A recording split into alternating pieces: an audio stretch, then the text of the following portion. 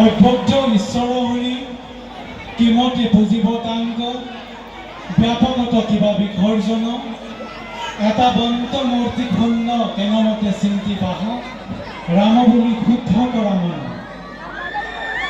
যে আজি আমাৰ মাজত ভগৱান শ্ৰী ৰামচন্দ্ৰ আহি পাইছে।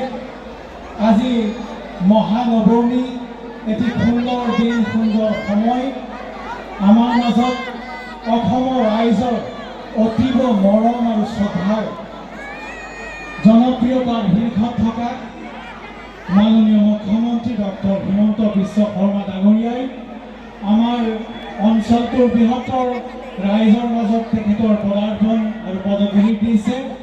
আমি কমিটিৰ ফালৰ পৰা গোটেই সমগ্ৰ ৰাইজৰ ফালৰ পৰা তেখেতক বিশেষভাৱে অভিনন্দন জ্ঞাপন কৰিছোঁ আৰু ছাৰলৈ নমন কৰিছোঁ। উষ্ম আদৰণি আহক, all R keep the big hands please. স্থাপন কৰিব লাগে। আমাৰ কমিটিৰ ফালৰ পৰা ছাৰলৈ এই পবিত্ৰ মুহূৰ্তটিত মই ৰামচন্দ্ৰৰ এটি দোহা গাইছোঁ।